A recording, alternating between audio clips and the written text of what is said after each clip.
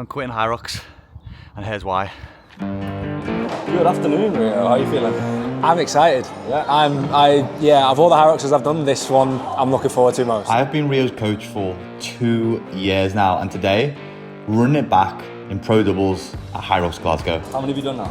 I think this will be number 7 of the season and probably number 10 overall. What? So a fair few and a fair bit of money spent. Yeah, Jesus Christ. Best time so far? Solos 1 hour 10 seconds. Oh, no, good. 1 hour 10 seconds. So 11 seconds off. 59 is the goal next time. You're rapid, Jesus Thank Christ. you. You chose your partner well, then. Yeah, we coach very well. So how are you feeling about pro? Different. Yeah. Pro solo was the hardest race I've done. Pro doubles, well, doubles is way more intense. So I think pro doubles it's going to be a spicy one. And it's not just like I've got like an average partner. Like he's run a 53 doubles before, so there's no pressure. There's no pressure. Where are we now, Rio?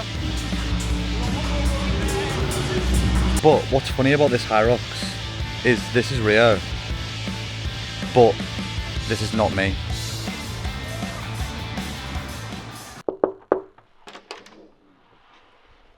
All right. Morning. Hello.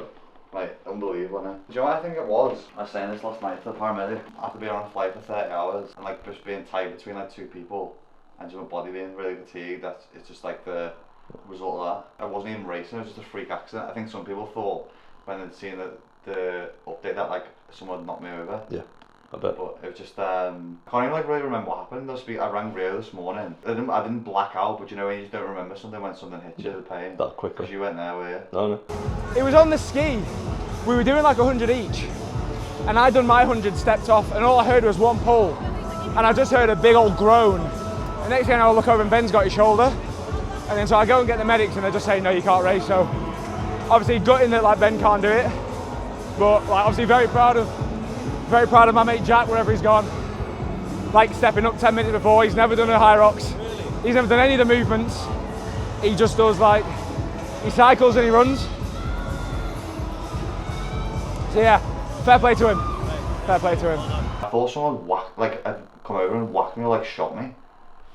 And then I just felt a pop and then sat down and just didn't feel right. I think it's called a superflexion, with basically where the shoulder pops in and out. Great. So it's not as bad because there's no like damage to the bone, like Tendons, whatever. yeah, tendons and cartilage. So hopefully it should just be like a couple of weeks of running bike and some painkillers and should be back to it and be alright. I feel worse the fact that I've let Rio down and that I couldn't race. I'm not bothered about the shoulder. It's just annoying that I've flown 30 hours to get here and I'm also doing a doubles. So yeah, I think it's more annoying than anything to come here, get to the point of warm up 20 minutes before a race and not being able to race. More than anything else, I'm not bothered about the aftermath of this stuff. So I guess the big question is why am I quitting Hyrox? Well, I feel like I've been training for a good chunk of time now within my own program for Hyrox, and obviously the last weekend in Glasgow was a big bummer. Thankfully the injury wasn't as bad as first seemed. Obviously we took precautions with it. We thought it was a full dislocation, but there's apparently been no signs of ligament damage or tissue damage. I've been able to run this week. Not at like full capacity, but we've still been running, still been able to get some bike stuff in, which has been good. The reason I was quitting is because we're going to be starting marathon prep. So it's been a while since I've gone back into marathon training, something that I've wanted to do for a while. We're going to be looking at the back end of this year. I'm not going to give away the marathons that I'm doing yet, but we've got some other things coming up in between then. But that's where the focus of training is going to be. And obviously the coach I've been working with for the past few months, maybe 6 months, has been Graham Halliday, who's been unbelievable. Could not recommend him enough for Hyrox programming and training. He's been 10 out of 10 spot on.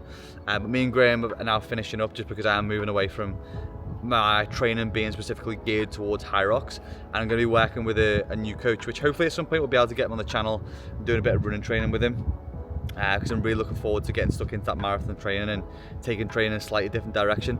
Albeit this type of training, hopefully, fingers crossed, should help when I go back into doing the Hyrox events that I'm going to do in the future. But for now the training's going to be heavily geared towards the marathon side of things, and as a consequence, hopefully when we pick Hyrox back up at some point in the future, we'll get better at ultimately running, because that's where my weakness lies. So today's session that we're doing is quite short, doing a bit of a warm up. We do 4 times 8 minutes, like a higher RP, like RP 8, pushing 9 a little bit sometimes. So we're doing 4 times 8, we'll take 4 minutes rest in between each ones, so longer rest periods. This is kind of a session just slotted in that I was doing in Australia a little bit. I've also got a bit of time this morning between client check-ins.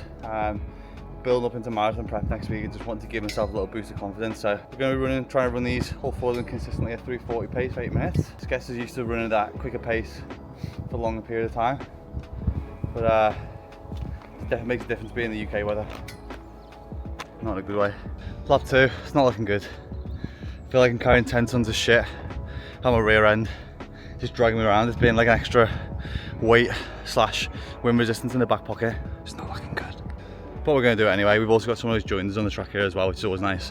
You have that pretend race that no one's really having but you in your own head. So we're going to be starting a new series, which is going to be marathon prep and getting geared towards that, and what it's going to look like with nutrition, with programming, with training, with recovery, with rest days, where we're going to be traveling, who we're going to be training with for some of those marathon sessions and programming, and then ultimately filling you in on what the 2 big events that I've got in the calendar are going to be. If anyone's got any questions, please feel free to drop them below on what I'm going to be doing, where we're going to be going into. If anyone has questions about the marathon prep, or prepping for a marathon, which I've done in the past, then feel free to drop them below. Just no questions on goals, because we're not giving away what we're trying to shoot for in the marathon yet. But happy to help with this journey. Hopefully me documenting this will help a few people with their prep for marathons coming up as well. I know there's a few people probably doing and getting geared towards London very, very soon. But if you enjoy this one, please give it a like and a thumbs up. Or just if you've got a sympathy vote for me and the poor shoulder and getting minutes away from competing in Glasgow, then obviously drop it a like and subscribe. I'll see you in the next one.